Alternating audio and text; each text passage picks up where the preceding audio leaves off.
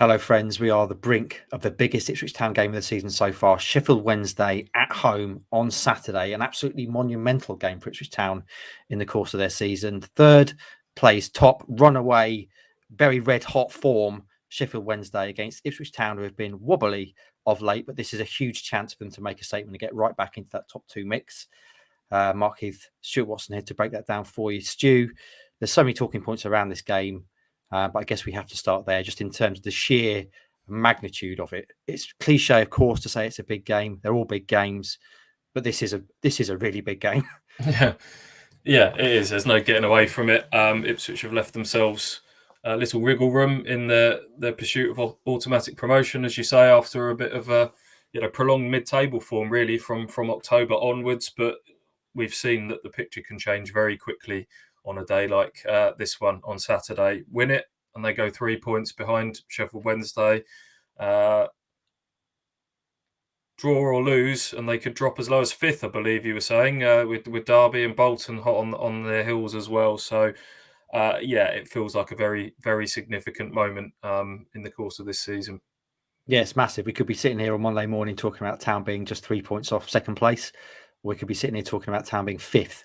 If Derby and Bolton win and Town do not, they could be in fifth come the end of Saturday, which is obviously a big, big shift. Just to build up Sheffield Wednesday a bit more, they've won 6 league games in a row. They've just beaten Plymouth. They've not lost, Stu, in the league since October the 4th. And that's when they lost at Plymouth 2-1. There's a lot of chat to be had around the game, a lot of talk to be had around who you play. But shall we start with Sheffield Wednesday, first of all, Stu, and what you're expecting from them? Clearly, they're in incredibly good form. They've got 2 guys, Josh Windus and Michael Smith, on 11 goals. Clearly, Barry Bannon, a real threat for them as well, just come back from a hamstring injury, started for the first time last weekend in that win at Plymouth. He leads them with 6 assists and 76 chances created. They've got threats all over the pitch. What are you expecting from this Wednesday side coming to Portman Road?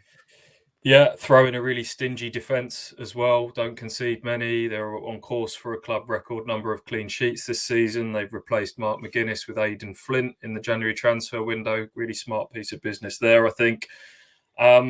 It sounds a really daunting proposition when you've all the stats that you've just read out and the players that we've mentioned. But Ipswich can take hope from a few things. The first is their performance at Hillsborough earlier in the season, where they were 2-0 up. Unfortunately, that let that slip in the latter stages, but were more than a match for Sheffield Wednesday back then.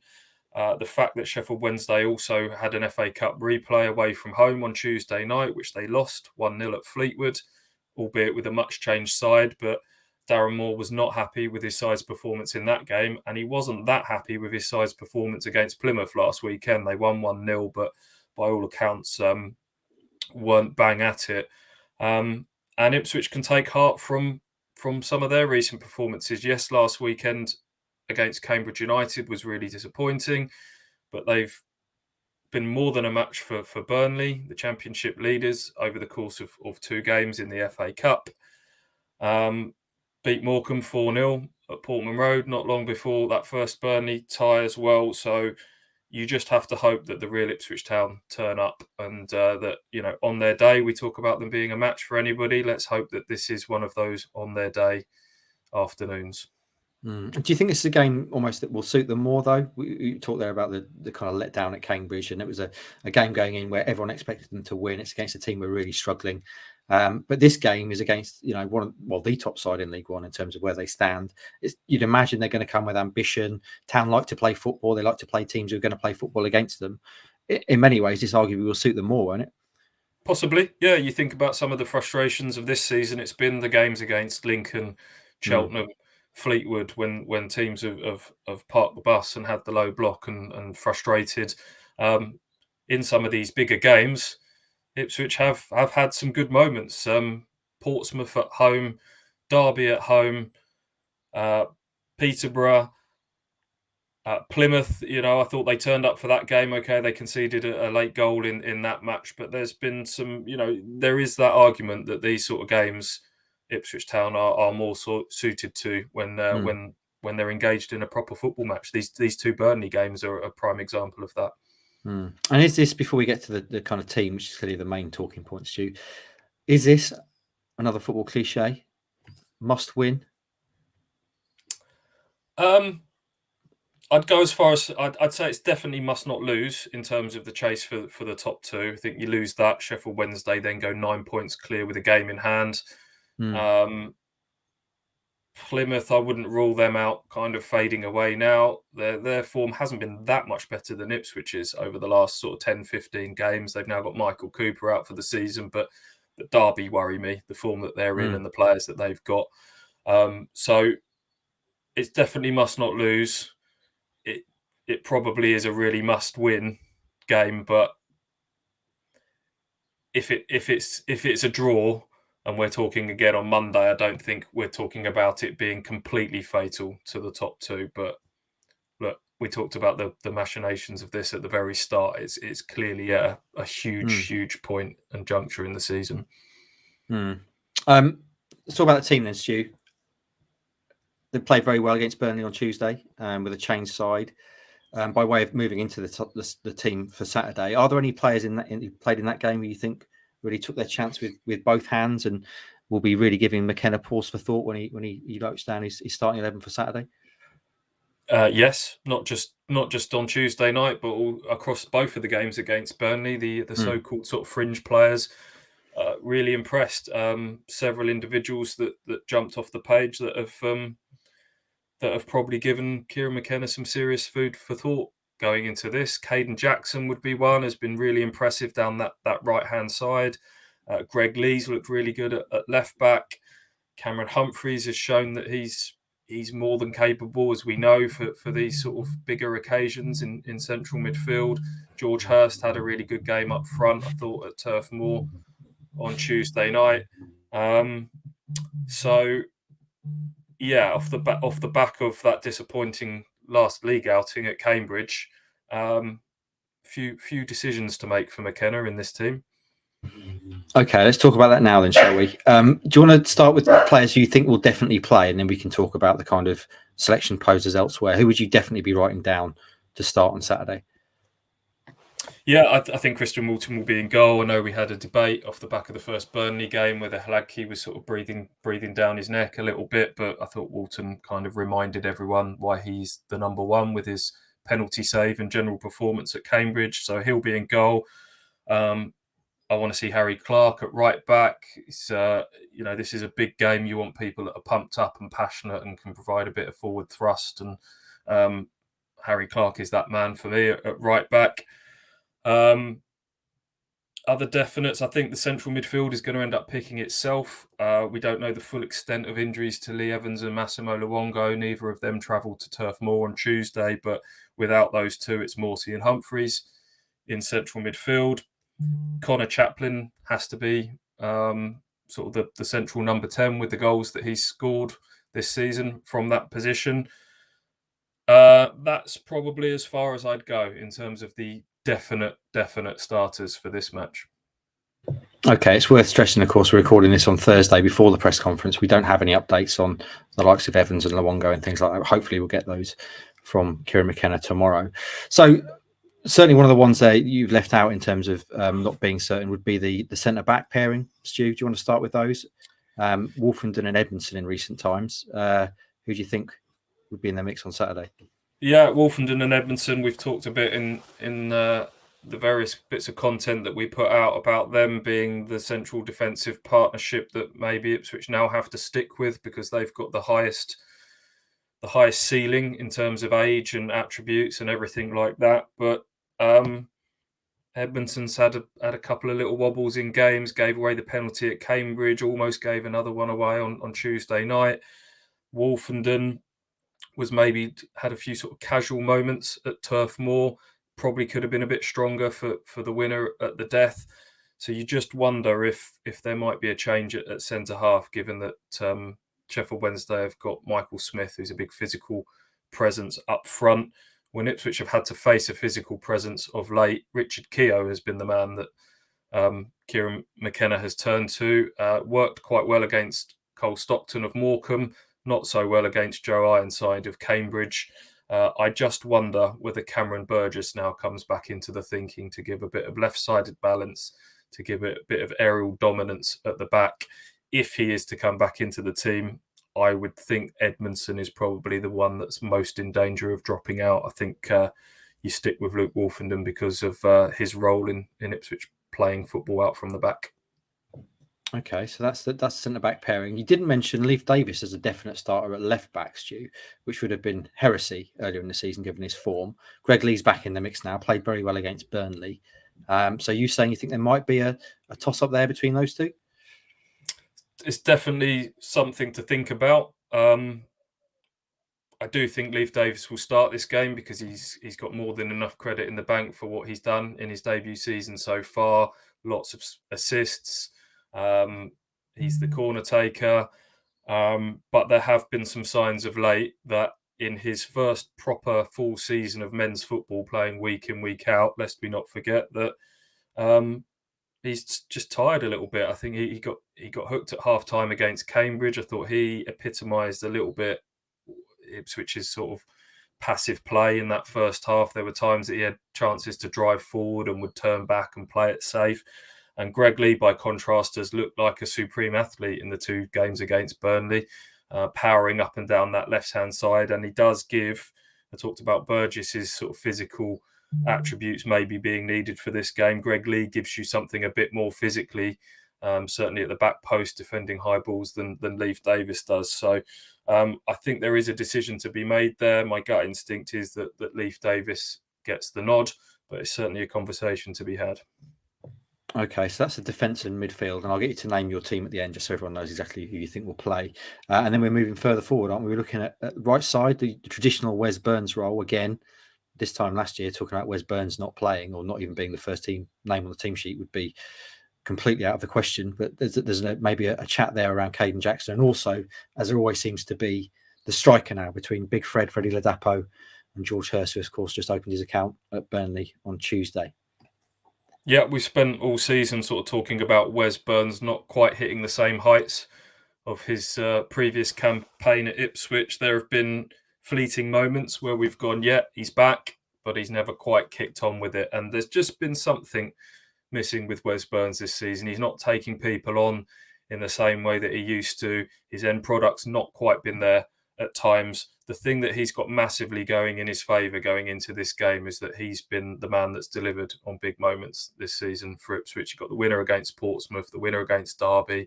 He got the opener against Plymouth, all those games at Portman Road.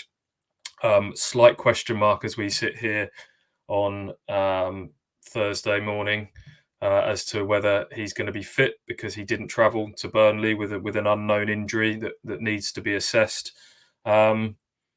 And there's a man really breathing down his neck for that position in Caden Jackson, who has now, I think, fully transitioned from striker to right winger. And has had two really good games against Burnley, not just going forwards with his pace and his work rate, but also what he's done defensively for the team as well. I think we've talked about Wes Burns' end product maybe diminishing. I think Caden Jackson's end product has improved this season. So that's a big call to be made on the right-hand side. It depends on the fitness of both players, I would say. Okay, well, we'll leave it to the end for you to name your side. But I guess then the final decision, the sexiest decision of all, is the striker. There's two guys going for it. One's just scored his first Town goal. One is January Player of the month for Town, and usually does well against Sheffield Wednesday as well in Freddie Ladapo. Which way do you think this one would go, and what's your thinking on it? Yeah, arguably the toughest decision of all, the striker position here at the moment, because George Hurst is a man Ipswich have wanted for a long time. They didn't get him back in the summer. They did finally get him in January. McKenna has obviously decided that his attributes are very well suited to how he wants his team to play. And we have started to see some of those attributes from George Hurst in the last few games, particularly on Tuesday night at Burnley, where I thought he was excellent. He was physical. He backed into people. He made it stick. His movement was good. He got off the mark with his first goal. He's going to be playing against his former club in Sheffield Wednesday. But then you've got Freddie Ladapo, who is really starting to come into his own now after a slightly sort of up and down start to life at Ipswich Town. It's like he's got it now in the last sort of month or so in terms of what's required to play as a central striker in this Ipswich Town team. He's named the Ipswich Player of the Month for January. So big call this one, but I would be going with Freddie to start and maybe George Hurst to be the man that comes on and gets some significant minutes in the second half. Okay, before I get you to name your team and we flash up the fancy graphic we've paid so much money for, do you want to talk about potential bench options? And also, because I know you've got one up your sleeve, McKenna's not afraid to kind of throw little mixers in, little X factor kind of shake ups that we didn't see coming. Is there anything you think he might do in this game we would be thinking about doing, which would be a surprise? Yeah, I'll start with that wildcard option because I haven't mentioned the one position we haven't talked about is that sort of inside left forward role. I think it will be Nathan Broadhead. You don't go and pay £1.5 million for a forward player in January and not be wanting to start them more often than not. I don't think we've seen the best of Nathan Broadhead by a long chalk so far, but I think you need to be starting him in this game. He would be the one that's kind of playing alongside Connor Chaplin for me. But the wild card option is if you want to get Caden Jackson in this team and Wes Burns for the reasons that I've discussed, you could play Jackson on the left and Burns on the right, which would probably mean Broadhead not starting. But if you think back to the game at Hillsborough early in the season, Caden Jackson played wide left as a bit of a bespoke option, and he gave Dominic Iorfa a really tough time. The former Ipswich loan player sort of plays on the right side of the back three for Sheffield Wednesday with his pace and his work rate. So that would be a potential wild card option, I would say. Interesting. We shall see if there'll be a wrinkle in this one. How about the bench, Stu? We always have to talk about the bench with there being 5 subs now and Town's embarrassment of riches and who even makes it onto the bench. Who would you be putting on the bench? Again, it's hard to predict without obviously knowing the fitness of people, but all things being equal, who would you be putting on there? Yeah, well, if Evans and Luongo are both unavailable for this one through injury, say if, we'll find out more on that tomorrow, then that's another spot on the bench freed up. You're not going to have a central midfielder there, which means that you can put somebody else in. Do you use that to put another forward player on the bench? There's already, I'm seeing sort of a lot of supporters saying, well, Kyle Edwards hasn't been on the bench enough and Shawnee Aluko hasn't been on the bench enough. Some of these players have to miss out because of the nature of this squad at times. You can squeeze another one of those on there. Or do you put Greg Lee on the bench? If Leif Davis does start at left back, do you put Greg Lee on there as an option to kind of come on for him and keep the intensity of that left-hand side going later in this game? It's so hard to pick at the moment, isn't it? Players are going to have to miss out. But yeah, for me, the one thing I would say about that bench is I really want to see Greg Lee on there because I think he's got an important role to play. Just imagine if Genoy doesn't even make the bench now. Poor old Genoy, how things have changed. Well then, Stu, do you want to name your team and we can flash up the graphic? So this is the team that you think will play. We'll go through it in full. We've talked about it. Do you want to read it out? Yeah, I've got Walton in goal, Clark, Wolfenden, Burgess, Davis across the back four, Morsey and Humphreys in midfield, and I'll go with Jackson on the right-hand side. Jackson, Chaplin, Broadhead with Freddie Ladapo up front. Okay, there's one final question which we'll come to shortly, which is the prediction. I'll leave you to think about that, Stu, while we take a look at some key stats for this game.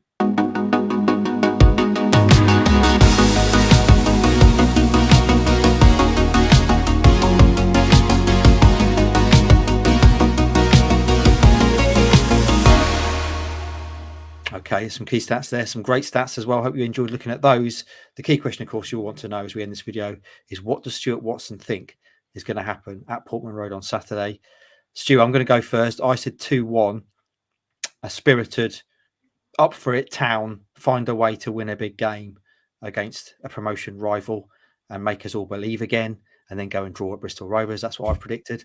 I said 2-1 Town. What are you going to say for this game? Yeah, when we did these predictions for the month ahead prior to the Cambridge game, I went with a win for Ipswich on this Sheffield Wednesday game, but that was coloured by the fact that we just had Morecambe and the 0-0 against Burnley. And but now the moment is here. I'll dial that down a little bit to a draw. Sheffield Wednesday are a good team with good players and they're in good form. they don't concede many. So for all those reasons, I've got this down for a 1-1 draw. And if it is a draw, Stu, if it's not the win that we all hope it is, a draw with 16 games left then to find a way of breaking into the top 2. You mentioned there Plymouth, you think maybe fading away. A draw isn't the worst result, is it? It's not fatal to the top 2 hopes.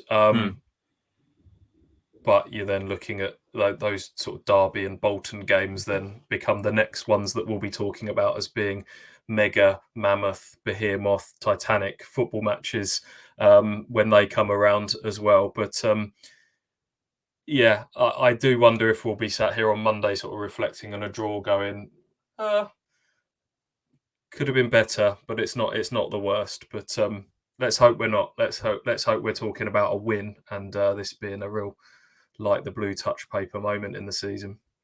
Yeah, let's hope for once that I'm right. Would be one of the first times. So there you go. You're all set up for the game. Whatever you're doing, enjoy it. Follow it with us if you're not going to be there, and we'll speak to you on the next Boot Room.